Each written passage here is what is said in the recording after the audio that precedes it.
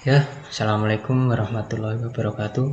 Perkenalkan, nama saya Danul Laskar Aditama dengan NIM 2425202122. Di sini saya akan menceritakan pengalaman pribadi saya mengenai Smart City. Ini adalah tugas dari mata kuliah Sistem Paradigma. Jadi nanti ada beberapa pertanyaan dari dosen yang akan saya jawab satu persatu.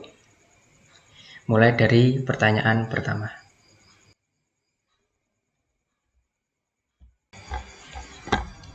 Untuk pertanyaan pertama, intinya yaitu mengenai kemudahan akses informasi. Untuk mengakses informasi dalam kampus sendiri masih terbilang sulit, terutama untuk mengakses LIJO dan SIA. Keduanya masih sering error dan servernya down. Untuk mengatasi hal tersebut, mungkin bisa mengoptimisasi database dan backend atau backup system dengan mirror server.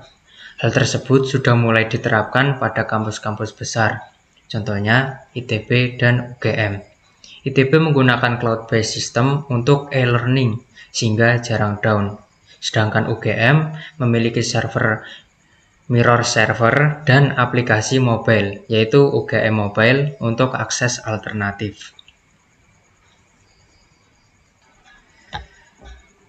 Untuk pertanyaan selanjutnya, yaitu mengenai layanan prima, efektif, efisien, dan cepat. Saya akan memberikan 3 contoh layanan kampus atau layanan publik yang menurut saya sudah efektif dan cepat, yaitu mencakup e-learning, bisa menggunakan Google Classroom. Kedua, pembayaran online dengan menggunakan virtual account atau QRIS. Ketiga, pengajuan surat digital atau e-signature. Kunci keberhasilan dari layanan tersebut yaitu semua layanan dalam satu platform atau satu aplikasi. Kedua, server cloud dan internet stabil. Ini dapat membantu mempercepat dan meningkatkan efisiensi dari layanan dalam kampus. Pertanyaan ketiga yaitu tentang paperless dan ramah lingkungan.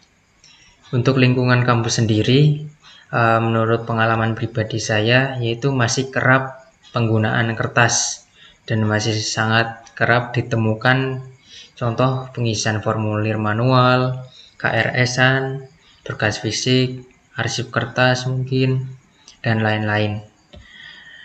Dampaknya yaitu sangat banyak. Contoh, antre panjang saat input data, lalu resiko kesalahan, dan tentunya tidak ramah lingkungan.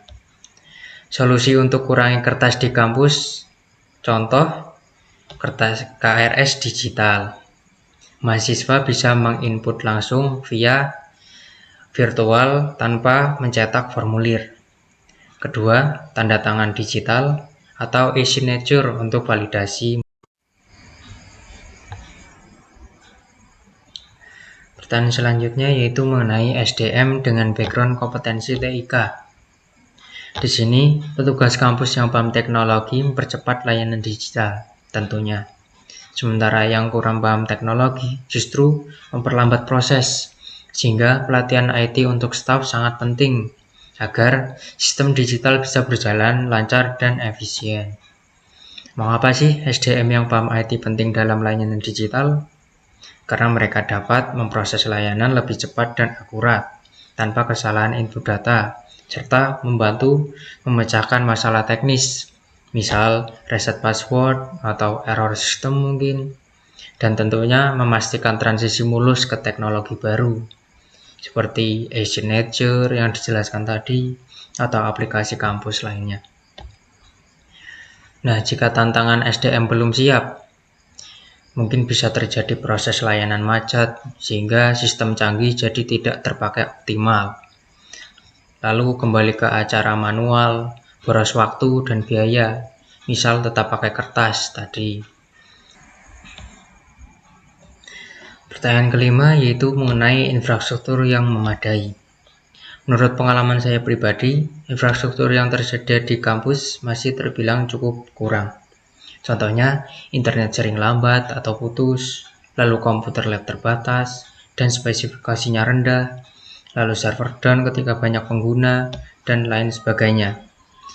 Infrastruktur dasar yang dibutuhkan mungkin mencakup jaringan WiFi yang stabil, lalu server memadai, komputer lab berkualitas, dan sebagainya.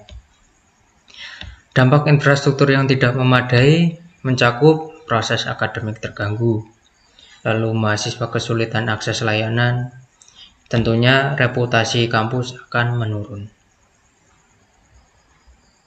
Pertanyaan terakhir yaitu tentang dukungan infrastruktur dari pemerintah. Saya akan berikan contoh kebijakan atau peraturan pemerintah yang saya ketahui terkait penggunaan sistem digital dalam layanan publik di kampus, yaitu peraturan pemerintah Permendikbud nomor 9 2020 yang berisi tentang standar layanan digital perguruan tinggi dan mewajibkan sistem informasi, misal akademik, KRS atau nilai, keuangan, dan kemahasiswaan. Mungkin itulah yang bisa saya sampaikan mengenai pengalaman pribadi saya tentang Smart City di lingkungan kampus atau layanan publik lainnya. Bila ada salah kata mohon maaf. Saya akhiri. Wassalamualaikum warahmatullahi wabarakatuh. Terima kasih.